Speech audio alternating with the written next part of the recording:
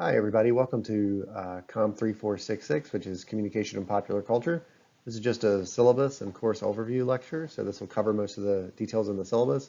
However, you should still read the syllabus document that's posted, as the information that I cover here is covered more in depth in that document. So make sure you're reading that as well. All right, so this is me. I'm Matt Grizzard. I'm an assistant professor in the School of Communication. My research really focuses on kind of an intersection of popular culture. I look specifically at how we respond to kind of narratives and stories and characters in narratives. So I look at how we perceive characters to be heroic or villainous, how we make moral judgments about characters, how we approve or disapprove of their behavior, and those types of things. Just a little, some of my favorite pop culture products of the last year or so. My favorite three shows probably of the last year are Altered Carbon on Netflix. Really cool show. They kind of reinvent the cast in the second season in a neat way. If you like sci-fi stuff, I would highly recommend it. The other one is Avenue 5, which is also sort of sci-fi, but it's more comedy than sci-fi. But I've watched that probably 3 or 4 times since it's been out, and I just laugh every time. And then I Think You Should Leave, which is on Netflix. It's a comedy sketch show. It is absolutely hilarious and very inappropriate, but it's very, very funny. So check those out. One important thing, and I'll talk about this again during the lecture for this slideshow, is make sure that when you're sending emails to myself, they also go to the TA of the course. His email address is in the syllabus. You should be able to find him easily. That'll help to ensure that you actually get a response. And if you can, please send your emails through Carmen rather than just straight to our email addresses. This helps us keep track of what course the email is coming from and all of that information. So, just make sure you're doing that as you're sending emails to us. So this is a general elective course. It examines how popular culture is reflected in human communication. And so our focus is going to be mass communication as a source of popular culture. We'll talk about why mass communication is kind of a good source for popular culture. But we're also going to talk about how popular culture influences our interactions with our environment. So we'll be looking at pop culture in things like language, the language we use. We'll look at pop culture in terms of style, clothes, and things like that. And we're going to try to address 4 key questions of pop culture, which is what is popular culture? What makes it different from other types of popular culture, for example? What are the sources of popular culture? So where does popular culture come from? How does it proliferate? Is the other one right? How does culture spread? So how does it go from the single sources maybe or the small sources into our cultural milieu so that we understand it and you can say things to people and they'll understand what you're talking about when it comes to popular culture. And then lastly, how does popular culture influence us? So how does our exposure to popular culture over our lifespan kind of change the way we act, the way we behave, the way we think? So course learning objectives, by the end of this course, students should be able to classify various definitions of popular culture and the relationship to the various levels of communication. So you should come out of this knowing that there are multiple definitions for defining popular culture, and that those definitions have specific kind of relationships for interpersonal communication, group communication, or mass communication. You should also be able to recognize and categorize different elements of popular culture as they relate to communication phenomena, such as social bonding and group formation. So we'll talk about how popular culture can help us form more resilient groups. We'll talk about how pop culture can help us understand kind of where we fit into social hierarchies or the networks of our friends and things like that. You should also be able to identify the historical and contemporary sources of popular culture as they relate to communication theories. So what are those sources? Historically, what have they been? And currently, what are they? So where is popular culture coming from across time? This is going to be including various communication theories to help explain this. So we're going to look at things like diffusion of innovations theory. We're going to look at two-step flow theory, and we're also going to look at entertainment appraisal theories. You should also be able to apply communication theories to understand the communicative functions of popular culture. So what is popular culture doing, right? We've talked about where we've hinted at, we're going to look at where it comes from, but popular culture also does things for us and to us. And so we'll look at those and we'll think about how we can apply communication theories to explain that. All right, course materials. All readings and course materials are online on Carmen. There's no official textbook for this class, so you don't have to buy a book. All the readings are there, PDFs of all of them, so you'll pick them up as we are going through the course.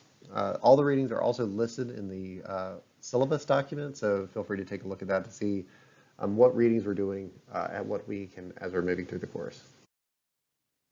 All right, so I want to talk about the course requirements, the things that you'll be doing in the class. So the first thing that's due is a short introduction video.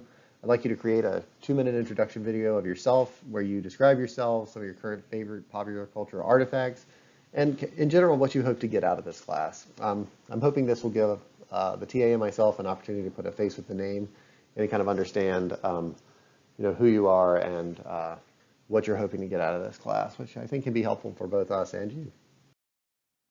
There are reading quizzes across the semester. These are worth 15% of your final grade. They are administered basically on a weekly basis. They're not due on the weeks that we have tests and things like that. But other than that, we have quizzes due every week. The quizzes represent a check-in point for you and me. So they help you figure out, am I learning what I should be learning? And they help me figure out, where do I need to spend more time in maybe lectures, or where can I supplement a lecture every now and then. I'm going to drop the lowest quiz grade, so that's a nice thing. You'll see also that you have multiple attempts to take each quiz, but all of that will be on Carmen. So the first quiz, I believe, is due on September 4th, so check that out and try to get that done, maybe ahead of a deadline. There are 2 tests that will be administered. Test 1, I believe, is in week 7. Test 2 is in week 14. They are going to be administered through Carmen. They're open note, open book. You can refer to anything other than another student or another person. So any materials that you have from the class or that you find online, you can use to study these for these tests. Do not share answers though, and do not work with someone else through the test. These are going to be worth 40% of your final grade, the 2 tests, so 20% each. The last thing you have is a term paper, which is worth 25% of your grade. This is the last major assignment. There's one more assignment that you'll be doing every week. But with the term paper, you're going to trace the history of a popular cultural product or text and how it's impacted society at large. I'm going to post examples of past papers online for you to look at. But you might pick out something that you have found to be particularly interesting or influential on popular culture. So for example, I've had students in the past write about Jordan shoes and how Michael Jordan, when he signed that contract with Nike and the first Jordans came out, how it kind of changed the cultural landscape when it comes to basketball shoes and then also tennis shoes and streetwear. So that was an interesting paper to read. I've had other students talk about Barbie, the creation of the Barbie doll, and how that's influenced society. So it can be a fun topic. It can be a fun paper, but you're going to look at the origin of the cultural product, how it's gained popularity, and how it's impacted society.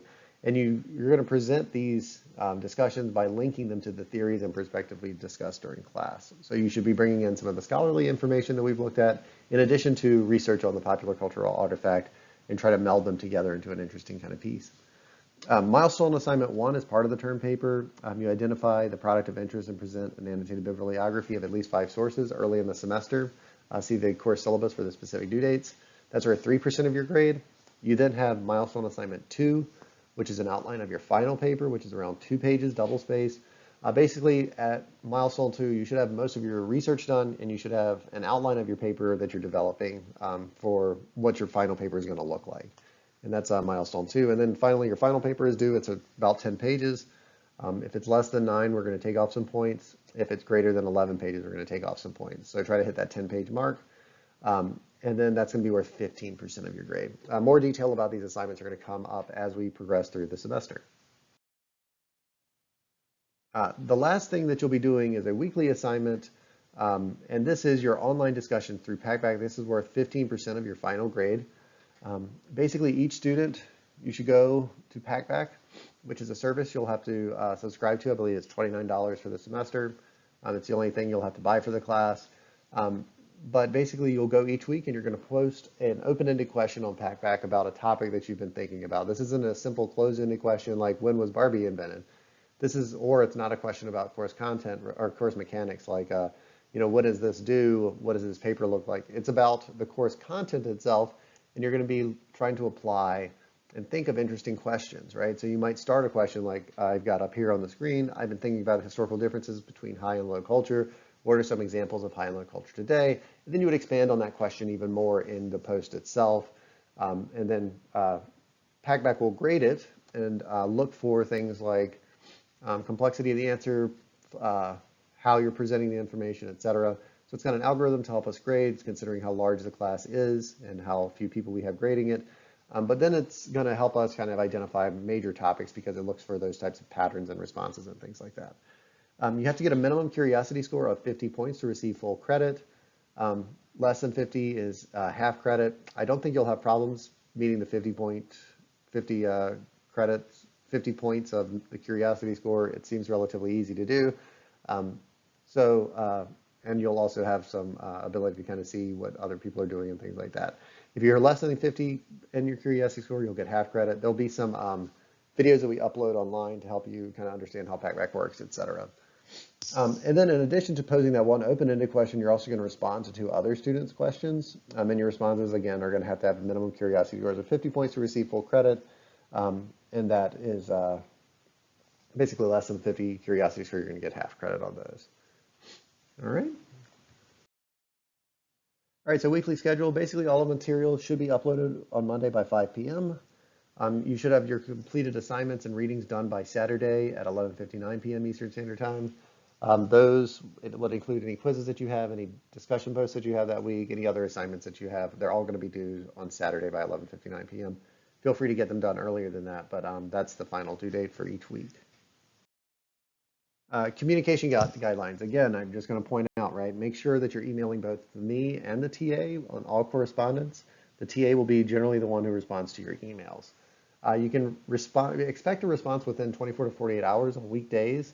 If you send it on Saturday, though, you might not get a response until Monday, so keep that in mind. Make sure you're, and not just in emails, right, make sure in your posting and things like that, you're being professional and, you know, acting like this was a question that you might ask in a regular class and not just posting online.